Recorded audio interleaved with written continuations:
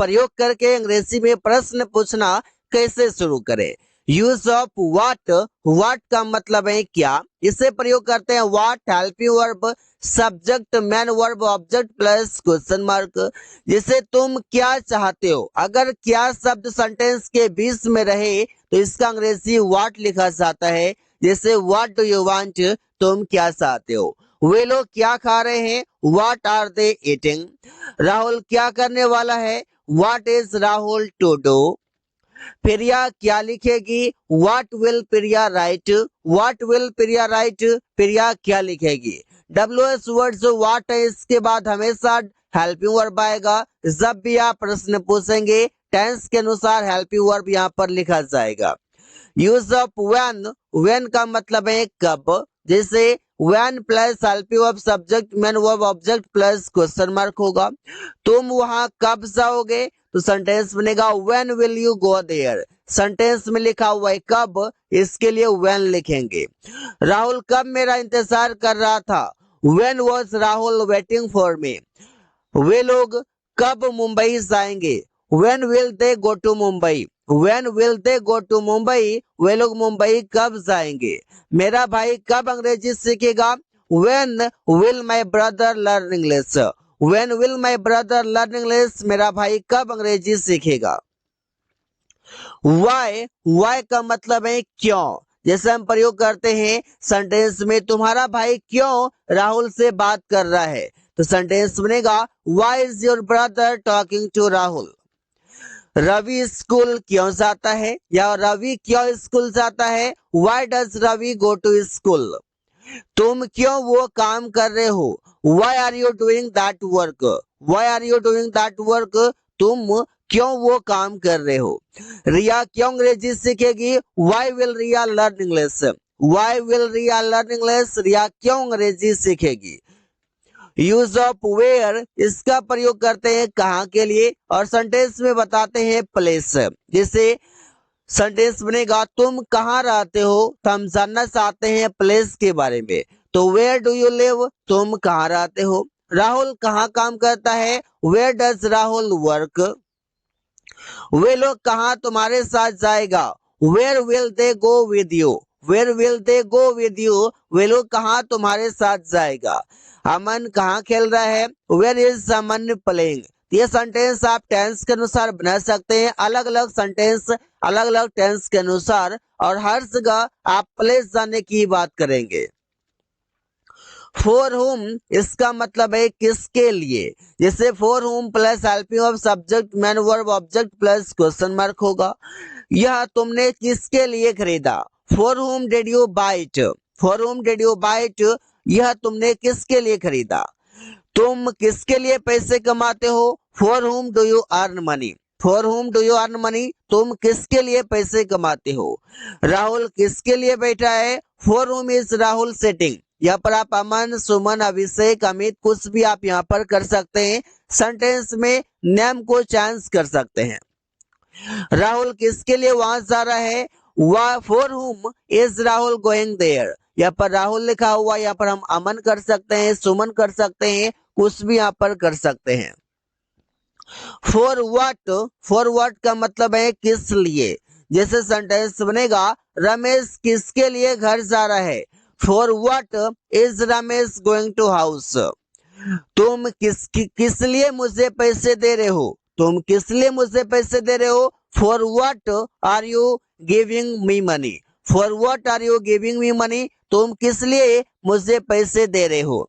यहाँ पर आप समझ सकते हैं कि फॉर व्हाट का मतलब है किस लिए।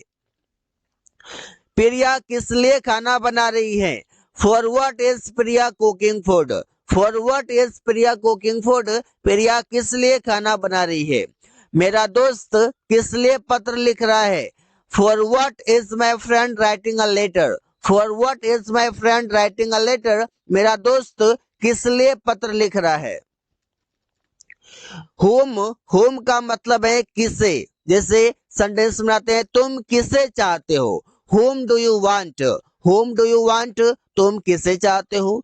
राहुल ने किसे मदद किया, home did Rahul help, home did Rahul help, Rahul किसका मदद किया या राहुल ने किससे मदद किया।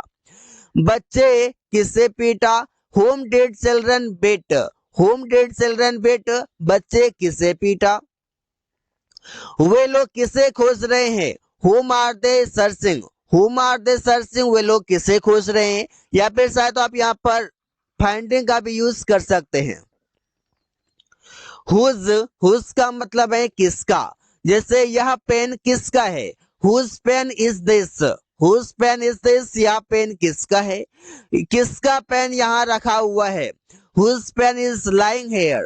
whose pen is lying here? यहाँ पेन किसका रखा हुआ या पड़ा हुआ, इससे बोल सकते हैं। किसका किताब तुम खोज रहे हो? तो सेंटेंस बनेगा whose book are you searching? whose book are you searching? तुम किसका किताब खोज रहे हो? तुम किसका कार खरीदोगे? whose car will you purchase या buy? ऐसे सेंटेंसेस कई सारे बना सकते हैं। how means कैसे। जैसे सेंटेंस बनाते हैं तुम कैसे अभ्यास करते हो? how do you practice? Rahul कैसे किताब पढ़ता है? How does Rahul read a book? वे लोग कैसे परीक्षा की तैयारी कर रहे हैं? How are they preparing for the exam? For the exam. ऐसा हम सेंटेंस बना सकते हैं। तुम कैसे उसका मदद करोगे? How will you help him?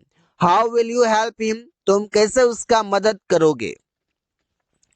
From where का मतलब है कहां से। अब सेंटेंस बनेगा जैसे तुम कहां से हो? फ्रॉम वेयर आर यू या वेयर आर यू फ्रॉम, ऐसे बोल सकते हैं। राहुल कहां से आ रहा है? From where is Rahul coming? वे लोग कहां से परीक्षा की तैयारी करेंगे? From where will they preparing for the exam? यहाँ पर करेंगे फ्यूचर टेंस है। From where will they prepare for the exam, ऐसे हम सेंटेंस बनाएंगे। हाउ मेनी मतलब कितने। जैसे सेंटेंस सुनाते हैं राहुल कितने पैसे उसे देगा, तो सेंटेंस बनेगा हाउ। यहाँ पर पैसे की बात है तो पैसे के लिए हाउ मेनी नहीं बल्कि हाउ मच का प्रयोग किया जाता है। How much will Rahul give money, ऐसे बनाएंगे। तुम कितनी किताबें खरीदोगे? How many will you buy books? How many will you buy books या ऐसे बोल सकते हैं how many books will you buy? वो कितने पत्र लिखेगा? How many will he write a letter? यहाँ पर लेटर यहाँ पर लिखा हुआ है, शायद तो मेनी के बाद भी लिख सकते हैं how many letters will he right, ऐसे बोल सकते हैं। यहाँ पर हम लेटर्स कर देंगे ए को हटा करके। वे लोग कितने कपड़े खरीदे? How many did they bye clothes? Clothes means हो गया कपड़े। ऐसे सेंटेंसेस कई सारे बना सकते हैं। Use of how much means कितना। जैसे सेंटेंस बनाते हैं राहुल ने कितना चावल खरीदा? How much rice did Rahul bye?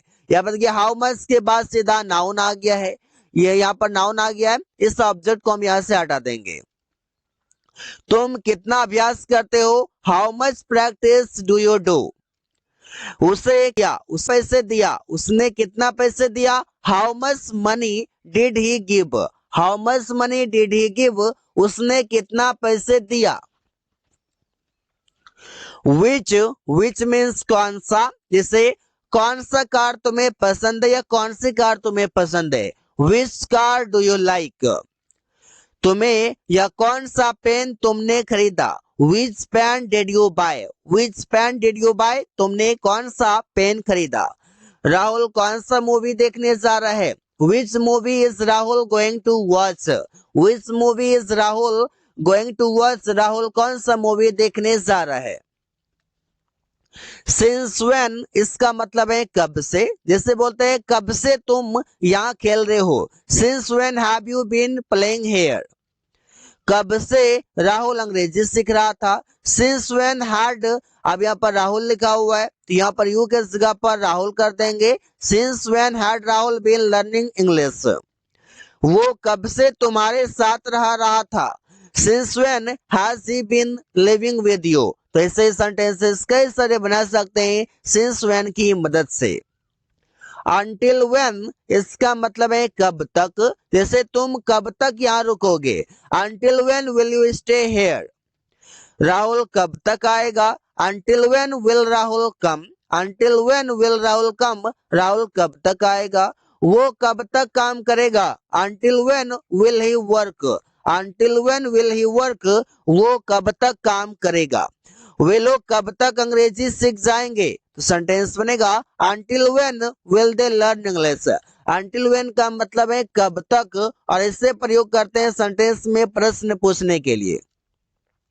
with whom मतलब है किसके साथ, जैसे रवि किसके साथ काम करता है, तो सेंटेंस बनेगा with whom does Ravi work।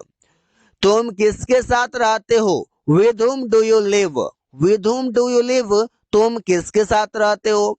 वो किसके साथ बात कर रहा है, with whom is he talking, with whom is he talking, वो किसके साथ बात कर रहा है।